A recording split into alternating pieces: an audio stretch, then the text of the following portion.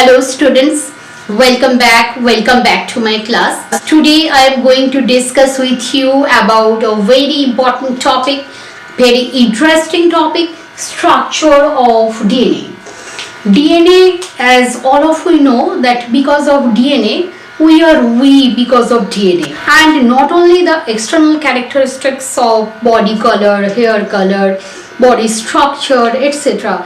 Not only the external characteristics but the inner mechanism, which protein will be synthesized, which biochemical reactions will be continued in our body, all are controlled by DNA, and its information, that information is pre-stored in the DNA. So structure of DNA or revealing the structure of DNA being an interested topic and very important topic of study of biologists, of all biologists.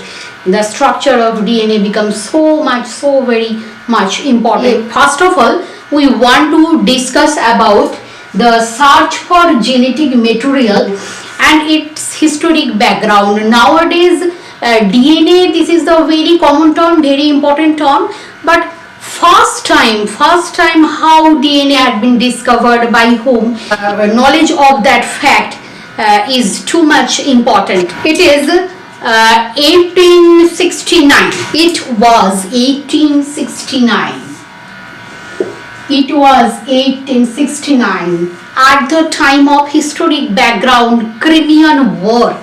Frederick Miescher in 1869 first discovered nucleic acid, but at that time it was not known as nucleic acid. At the time of Crimean War, Frederick Miescher isolated some substance from white blood cells of pus in used bandages. He first thought, after isolation of this substance, he first thought that it was protein, but after doing biochemical analysis of that substance found from pus cells, white blood cells of pus, he found that the chemical constituent was carbon, hydrogen, oxygen, nitrogen and phosphorus. Among these substances, the phosphorus was not found in protein, not a part of protein.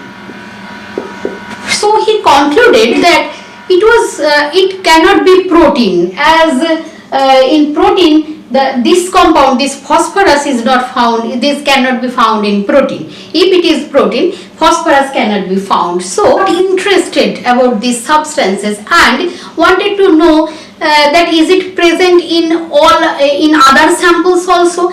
He also find the same substances from other samples, and he found it in all nucleus of the cell. As it was found is all nucleus of the cell, Frederick Miescher named this substance as nuclein. Still its function was unknown, and the exact location of these substances inside the cell, it was still unknown at that time. So many researches were going on, and in 1889, after 1889, scientist Altman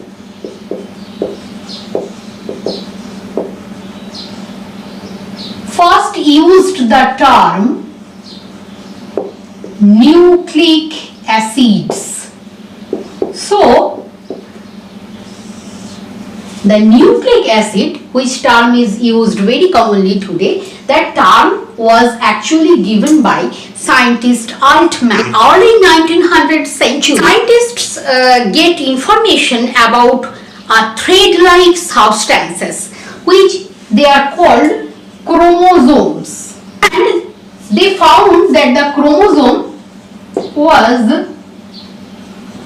thread-like, and the other character of this chromosome, it carry hereditary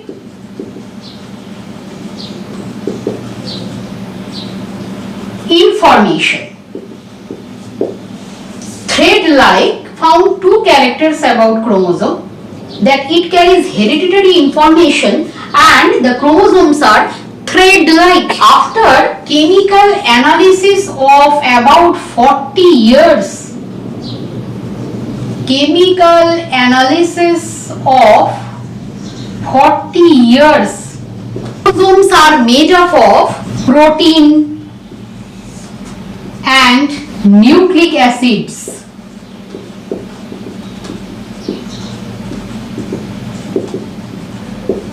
And there are two types of nucleic acids was found after 40 years research, that the nucleic acids are DNA and RNA. So it is in a nutshell the historic background of genetic material searching.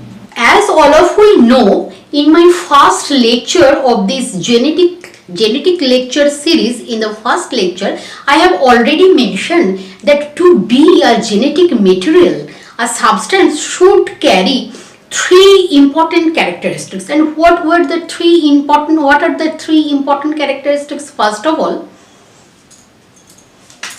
to be a genetic material, that material should have the capacity to replicate itself. The second one is it should have stable mutations,